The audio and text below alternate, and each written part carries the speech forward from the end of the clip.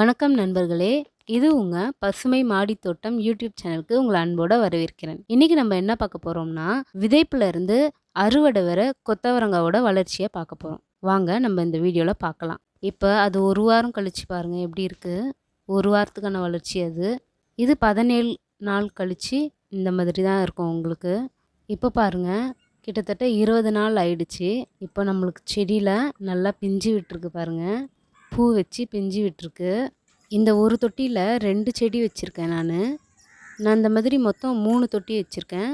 எல்லாத்துலேயுமே 2 செடி இருக்குது. பாருங்கள், 20 நாள்லே எவ்வளோ வளர்ச்சி வந்திருக்கு. இது நல்லா கொத்து கொத்தாக காய்க்கும் நண்பர்களே. அதனால தான் இது பேர் கொத்தவரங்காயின்னு வச்சுருக்காங்க போல். இதோட வளர்ச்சி பாருங்கள் எப்படி இருக்குது. இது கொஞ்சம் பொறுமையாக தான் வளருது. நீங்கள் அடிக்கடி இந்த செடியில் பூச்சியெல்லாம் இருக்கான்னு பார்த்துக்கணும். இப்போ பாருங்கள், 40 நாள் கழிச்சு இதோட வளர்ச்சி எப்படி இருக்குது பாருங்கள். எவ்வளோ நிறைய காய் வந்திருக்கு பாருங்கள் நம்மளுக்கு. இதுக்கு நம்ம அடிக்கடி உரம் கொடுத்துட்டே இருக்கணும் நண்பர்களே. வாரத்துக்கு ஒரு முறையாச்சு இதுக்கு நம்ம காய்கறி கழிவு உரம், தேமூர் கரைச்சல் இந்த மாதிரி உரம் கொடுத்துட்டே வரணும். அப்போ தான் உங்களுக்கு இந்த வளர்ச்சி வரும். அது மட்டும் இல்லாமல் இந்த இலையில எதனா பூச்சி தாக்குதல் இருக்கா அப்படின்ட்டு நம்ம அடிக்கடி செக் பண்ணிகிட்டே இருக்கணும். இப்போ இது அறுவடைக்கு ஸ்டார்ட் ஆகிடுச்சு. இப்போ நம்ம அறுவடையை பார்த்துடலாம் வாங்க. நீங்கள் அந்த மாதிரி ஒரு கத்திரிக்கோல் இருந்தால் எடுத்து நம்ம அறுவடை பண்ணிக்கலாம். இது கையிலே பிடுங்க முடியல, அதனால் கத்திரிக்கோல் வச்சு நம்ம கட் பண்ணி விட்டால் இன்னும் ஈஸியாக இருக்கும். இல்லாட்டி இதில் பக்கத்துலேயே வர சின்ன பிஞ்சிலாம் வந்து உடஞ்சிருது கையில் அறுவடை பண்ணும்போது. அதனால் நீங்கள் கத்திரிக்கோல் இருந்தால் அதில் பண்ணிக்கலாம்.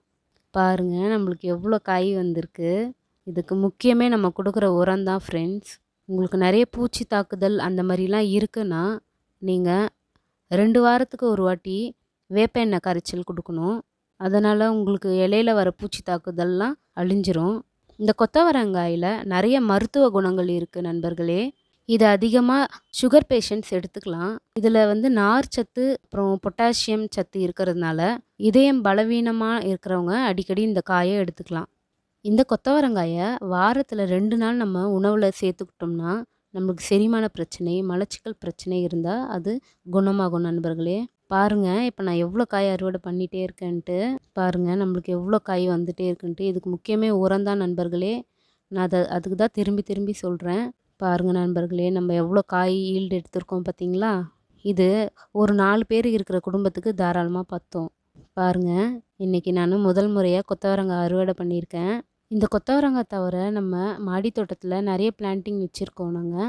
அந்த அறுவடை வீடியோலாம் நீங்கள் பார்க்கணுன்னா மறக்காமல் நம்ம சேனலை சப்ஸ்கிரைப் பண்ணிக்கோங்க, லைக் பண்ணிக்கோங்க, கமெண்ட் பண்ணுங்கள். நன்றி நண்பர்களே. அடுத்த வீடியோவில் நம்ம சந்திக்கலாம்.